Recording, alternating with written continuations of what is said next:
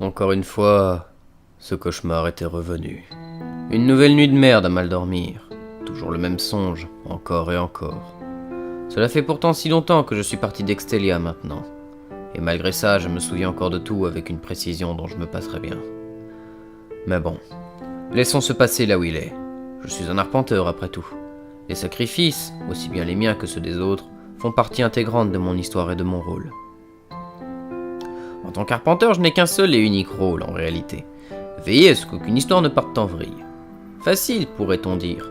Un coup de magie par-ci, quelques réécritures de lignes narratives par-là, et le tour est joué. Si seulement c'était aussi simple.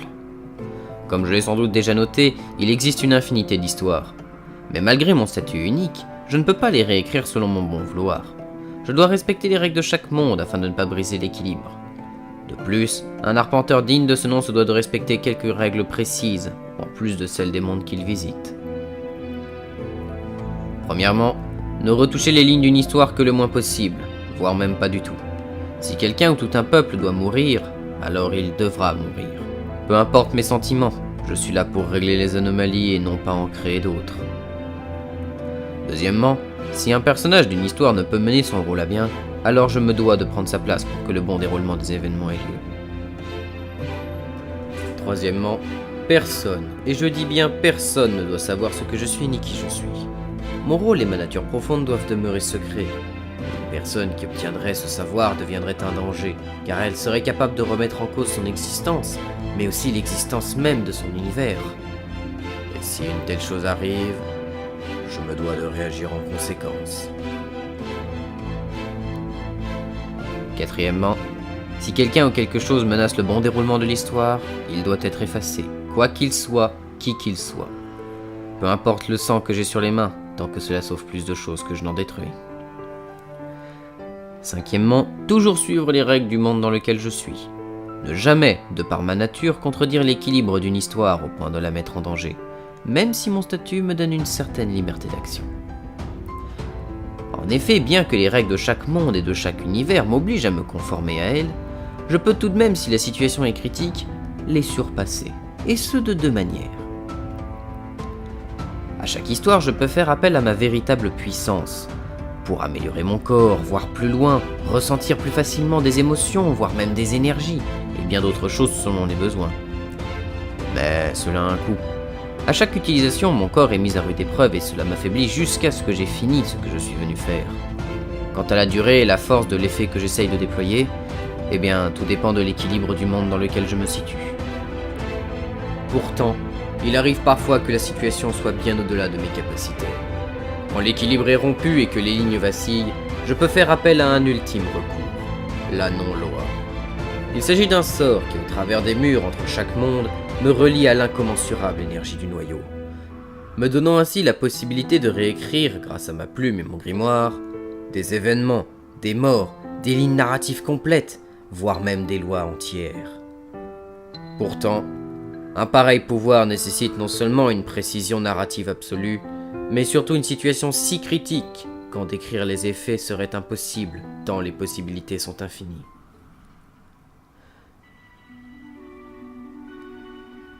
Afin de pouvoir fonctionner, la non-loi utilise mon propre corps comme réceptacle pour l'énergie dont j'ai besoin. Et une telle concentration de surpuissance brise peu à peu mon corps, morceau par morceau, plus je maintiens les liens. Un tel sort n'est à utiliser uniquement que dans les cas les plus désespérés. Ce sont les deux seules et uniques exceptions aux 5 règles que j'ai mentionnées. Mes deux seuls et uniques jokers. Une tâche aussi complexe a tout de même une récompense. Une sorte de finalité que je me suis trouvé. En effet, je suis depuis longtemps amnésique. Je me suis éveillé un jour dans le monde d'Extelia avec mon corps adulte et aucun souvenir de mon enfance, ni même de ce que j'avais fait avant. Cependant, depuis que je parcours les univers, il m'arrive parfois de retrouver, aussi invraisemblable cela soit-il, des morceaux de ma mémoire, sous forme de petites sphères. Pour mieux comprendre comment j'ai découvert tout ceci, comment j'ai découvert mes pouvoirs, je vais vous raconter ici ma première aventure. La toute première histoire que j'ai visitée en tant qu'arpenteur. Cela s'est passé il y a assez longtemps maintenant, et à cette époque, je ne savais rien de mon rôle ni de mes capacités. En fait, Je venais à peine d'arriver dans le noyau suite à la fuite du monde d'Extelia.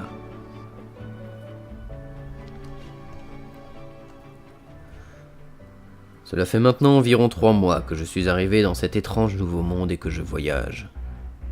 Cet endroit regorge d'énergie de tous les types, à tel point que c'en est incroyablement enivrant, et en même temps terriblement écrasant. Dans le ciel, le sol, et même dans l'air ambiant, il y a des flux immenses d'énergie qui me semblent familières et en même temps inconnues, et qui parcourent ce monde au centre de tout. De plus, en me concentrant un peu, ils peuvent m'apparaître tels des milliers de fleuves et de rivières de toutes tailles et couleurs.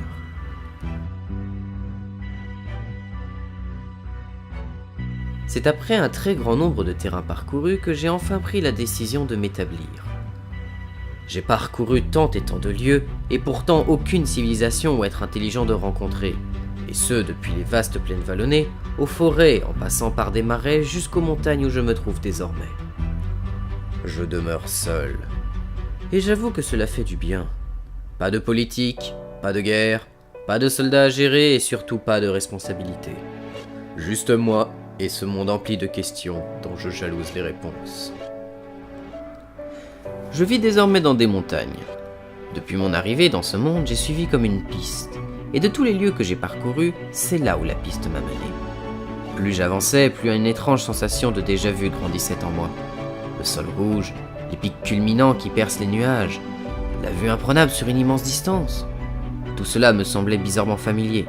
Plus j'avançais, plus je commençais à reconnaître le chemin que je parcourais. Cet étrange ressenti de familiarité mêlé de doute et d'incompréhension accompagnait chacun de mes pas.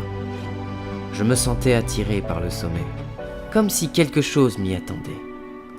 Suivant cette sensation qui me parcourait nerveusement l'échine, je posai enfin le pied devant l'entrée d'une très grande grotte. J'étais pourtant bien loin du sommet, mais je savais que j'avais atteint l'endroit que je me devais de trouver. Prenant mon courage à deux mains, je fis les premiers pas dans la grande cavité. Un long couloir me fit descendre dans une très large salle qui me laissa sans voix la première fois. Ce qui me fit contempler ce lieu bouche bée furent des centaines de veines d'ambre qui parcouraient murs et sols et qui le nervuraient dans tous les sens. Quant au plafond, il était transpercé par des dizaines d'ambres de moultes formes de part et d'autre, ce qui baignait la caverne dans une douce lumière. J'avais l'impression qu'un immense arbre aux dimensions colossales avait fossilisé et cristallisé ici, ce qui donnait à ce lieu une identité indéniable.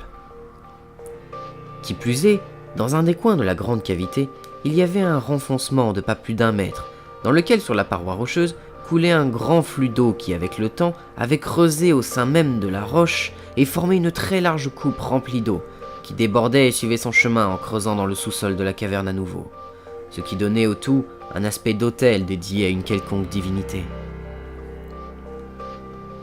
L'atmosphère de ce lieu est si apaisante.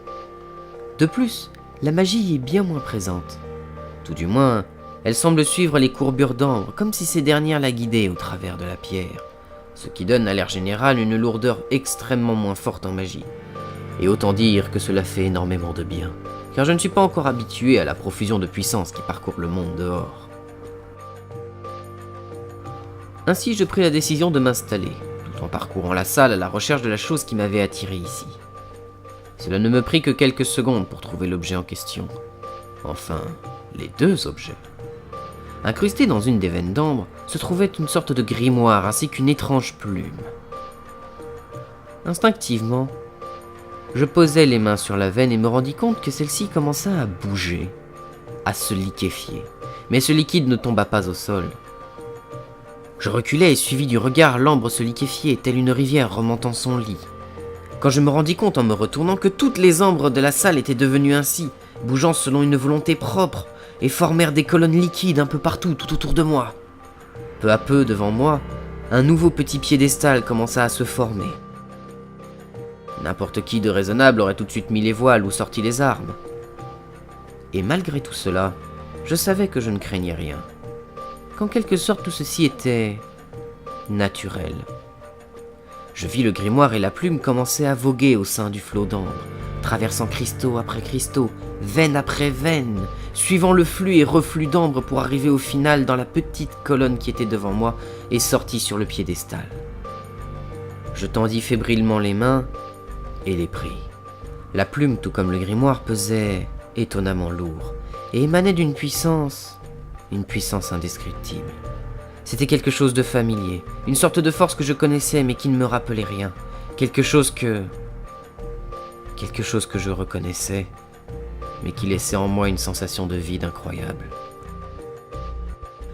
Une fois le grimoire et la plume entre mes mains, le flot d'ambre fit le processus inverse et se recristallisa exactement comme il était au début. Je ne comprenais pas bien encore la signification de tout ceci, mais je sentais que j'étais arrivé chez moi. Je pris alors mes maigres affaires et commença à m'installer tout doucement. J'avais enfin répondu à une question, mais tellement d'autres se bousculaient en moi maintenant. Que peut bien être ce grimoire et cette plume? Mais surtout, d'où me vient cette sensation d'être déjà venue maintenant omniprésente?